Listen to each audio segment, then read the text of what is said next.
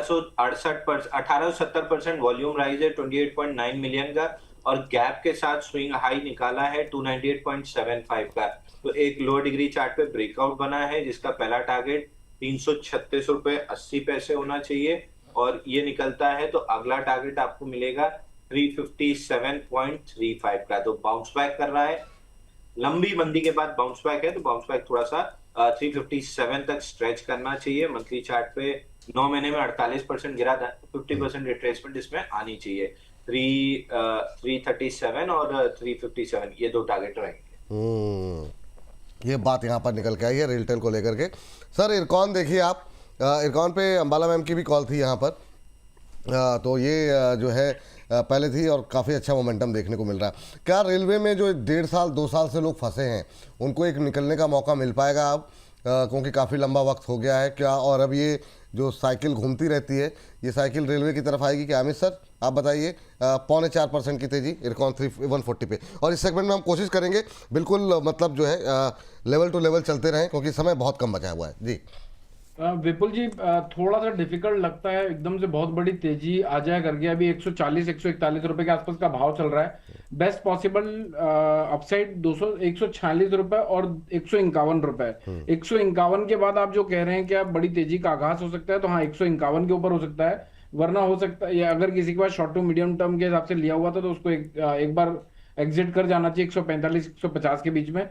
Current market price में अगर bye करना चाहते हैं तो 132 के नीचे का स्टॉप लॉस होगा। जब तक 132 के नीचे नहीं जा रहा है तब तक वापस से 107-108 आने की संभावना कम है। चलिए ये बात यहाँ पर निकल के आई है। JWL मैम सेम क्वेश्चन रहेगा, लेकिन 10-10 सेकंड के उत्तर रहें कि रेलवे को लेकर के क्या अब दोबारा ये वक्त आ रहा है रेलवे का? काफ़ी लोग लंबे टाइम से फंसे हुए हैं मैम, जैसे पावर में रिकवरी आ रही है, NHPC वगैरह में भी काफ़ी टाइम हो गया, तो क्या रेलवे का भी वो टाइम आ रहा है क्या? यस और अभी लेने लायक रिस्क या एवरेज करके अगर आप चल रहे हो, इन्वेस्टर बन के बैठो। ट्रेडर वाला समय गया, ट्रेड वाला समय नहीं है अभी। तो अगर आपको इन्वेस्टर बन के बैठना है, this is the time where you should think of buying railway stocks also. आपकी पसंद का स्टॉक लो, चाहे आप रेलटेल लो, JWL लो, योर चॉइस। लेकिन आप ये मान के चल सकते हैं कि इन स्टॉक्स में मूवमेंट जो है आगे बन के चलने वाला है।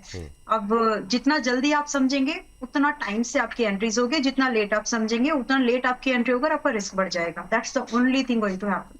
ठीक, अभी क्या करना है जुपिटर ड्रैगन पे लेवल मैम? ये तो बताया नहीं।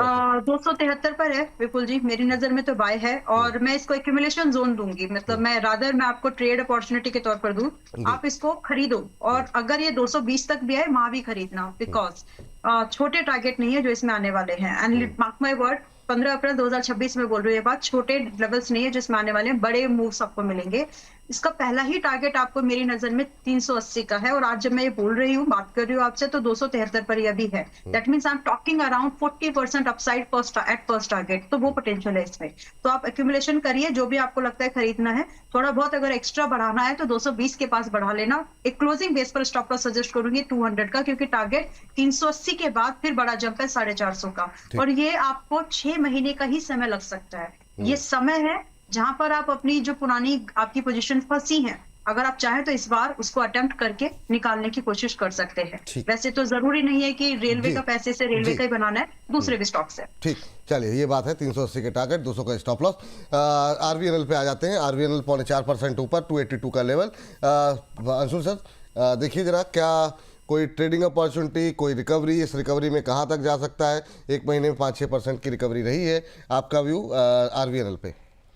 सर RVNL में वीक बाउंस बैक है, 50 डे मूविंग एवरेज खड़ा है 288 पे, वहां तक स्ट्रेच कर सकता है। 288 निकला तो फिर एक बार 314-315 तक जाएगा। ऑन दी अपसाइड वापस से ओवरहेड सप्लाई जो टेक ओवर करने की रेंज है वो 314-315 है, वहां तक खिंच सकता है। बट मैं ट्रेडिंग के लिए अभी अवॉइड करूंगा। ट्रेडिंग के लिए फिर भी जो अभी हमने थोड़ी देर पहले डिस्कस किया था स्टॉक, उसमें ज्यादा अच्छा वॉल्यूम था, वहां भले कर सकते हैं, यहाँ पे अवॉइड करना चाहिए। वॉल्यूम राइज नहीं है, मतलब बहुत ज्यादा इंटरेस्ट नहीं है। चले, बहुत ज़्यादा इंटरेस्ट नहीं है RVNL को लेकर के, ये बात अंशुल जी की तरफ से निकल के आई है। और आते हैं जो थोड़ा सा डिफेंस भी इस सेक्टर में कवर कर लें। मझगांव से शुरू करना चाहेंगे आपके साथ। मझगांव 1.5% ऊपर, 2500 का लेवल क्रॉस हुआ है। काफ़ी लोगों की कल परसों क्वेरी थी मझगांव को लेकर के। क्या करना चाहिए सर? अमित सर आपका व्यू क्या होगा 2540 के आसपास? विपुल जी 2580 2600 रुपए के आसपास सप्लाई गजब की दिख सकती है। अगर 2600 रुपए के ऊपर निकलता है तो 2660 और 2720, तो ये सारे सप्लाई जोन है। अभी तो बाजार सर सारा बाजार रेलवे काउंटर हो या डिफेंस काउंटर हो, डेली चार्ट में एग्जॉस्टेड दिख रहे हैं, लेकिन वीकली चार्ट में पोटेंशियल दिखा रहे हैं। तो जब ऐसा कुछ हो जाता है तो कुछ टाइम कंसोलिडेट करता है बाजार। अगर मझगांव 2500 रुपए के आसपास मिलता है, 2500 से 2450 रुपए की रेंज में, वहां पर खरीदारी करनी चाहिए 2320 रुपए के नीचे के स्टॉप लॉस से। 2600 और 2650 2700 रुपए के टारगेट हम देख सकते हैं। वैल्यू बाय करने की देखिए, एकदम से इंपल्सिव बाइंग मत करिए। अगर आप शॉर्ट टू मीडियम टर्म की अवधि के साथ ले रहे हैं तो लॉन्ग टर्म के लिए तो फिर सर हर भाव अच्छा है, क्योंकि आप इंसान हो या बाजार हो, जाना ऊपर ही है। वाह, बहुत शानदार, ये जो है अद्भुत। अब बात कर लेते हैं जीआरएससी को लेकर के। मैम, जीआरएससी पे आपका व्यू क्या है, और रेलवे पे और आपकी मतलब कोई शॉपिंग लिस्ट है? सिर्फ नाम है ना, समय क्योंकि ज़्यादा हो गया है, और सिर्फ जीआरएससी के लेवल।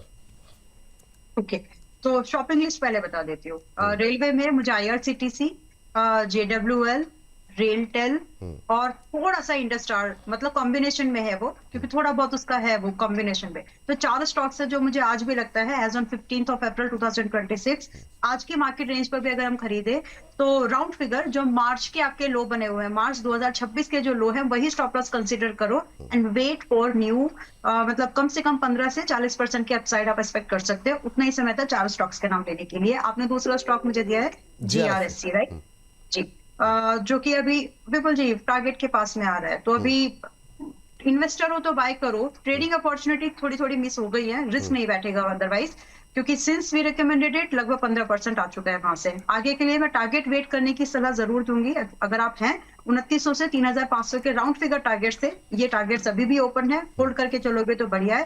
ट्रेड मत करो, इन्वेस्टर बन के बैठो तो फायदा, नहीं तो नुकसान है, ऐसा लग सकता है। ठीक, प्राइवेट प्लेयर में एक शेयर जो कि धुरंधर बन के निकला है, जो है पारस डिफेंस, 4-5 दिन के अंदर 12-12.5% की रैली, एक महीने में 20% की रैली, 760 पे आ गया। अंशुल सर, अभी पारस डिफेंस में और ज़्यादा अपसाइड बाकी है क्या? काफ़ी शानदार मोमेंटम रहा है, और कैसे कैसे देख रहे हैं इसे आप?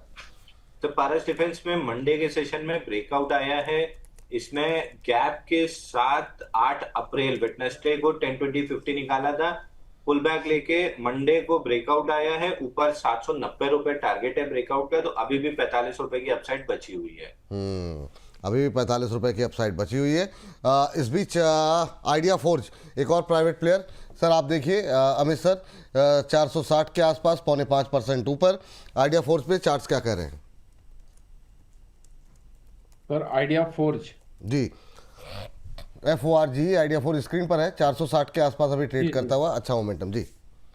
सर आइडिया फोर्ज अभी मोमेंटम कंटिन्यू रख सकता है 470 रुपए और 475 रुपए तक।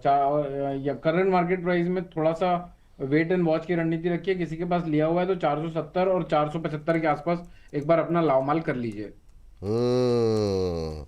ये बात यहाँ पर है। तो अभी सर क्या करना चाहिए? अभी प्रॉफिट बुक करने के लिए अगर रिस्क लेना है करंट मार्केट प्राइस में तो 445 रुपए के नीचे का स्ट्रिक्ट स्टॉप लॉस रखना चाहिए। टारगेट इंटैक्ट है 470 और 475 रुपए के। 470-475 के टारगेट, चलिए ठीक है। ये हो गया आइडिया। मैम, डेटा पैटर्न पे जरा व्यू देखिए, जरा डेटा पैटर्न कैसा लग रहा है? एक और प्राइवेट प्लेयर यहाँ पर, कैसा क्या करना चाहिए? फाइन, लोधा भी देख सकते हैं, लोधा डेवलपर्स, जब भी समय हो, अगर समय है तो, otherwise it's fine. Data pattern 3485 पर है, फ्रेश बाय भी है, पुराने पोजीशंस को होल्ड भी है, 3750, 4000, और फिर बड़े टारगेट की जो बातचीत की थी कि अगले साल जून जुलाई तक 5000 तक जा सकता है। तो वैसी प्लानिंग करो और इस हिसाब से पोजीशन को बाय करके जा सकते हैं। रही बात स्विंग ट्रेड की, तो 3480 के पास में खरीदारी कर सकते हैं। स्टॉप लॉस कल का लो 3200 का रखिएगा, और टारगेट स्विंग के लिए होंगे सिर्फ 3750 के। चलिए ठीक है, ये बात हो गई डेटा पैटर्न को लेकर के। PSUs में BL एक बार फिर से ज़रा डिस्कस कर लेते हैं। BL में हम लोग लगातार, मतलब ये एक ऐसा शेयर रहा जो नीचे जाने को राजी नहीं था और अच्छा मोमेंटम रहा। और तब तक आप जो है अगली कंपनी पे BDL निकाल लीजिएगा अमित सर। सर पहले आप BL देखिए अंशु सर, ये काफ़ी मजबूत रहा सर बाकियों के मुकाबले। सर BL देखिए कंटिन्यूसली इसमें रिलेटिव स्ट्रेंथ रही भी है, ब्रेकआउट सस्टेन भी किया है, but follow through action missing है। ब्रेकआउट आया था 28 जनवरी को, उसके बाद से साइडवेज ही चल रहा है।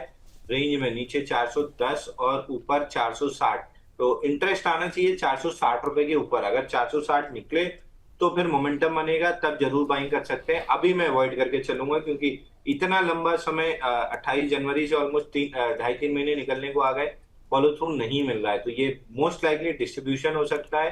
397 अगर गलती से भी टूट गया तो एकदम मुंह के बल गिरेगा 295 तक। मैं भी अवॉइड करूंगा। 360 निकलता है तो भले इंटरेस्ट आ सकता है। नहीं, क्या मतलब 290 नीचे की तरफ क्या बताया आपने, एक बार फिर से रिपीट कर दीजिए अपनी बात। 460 निकलता है तो बाइंग का इंटरेस्ट आएगा। 397 टूटता है तो फिर एकदम से 295 की तरफ चल देगा। अभी अवॉइड करना है।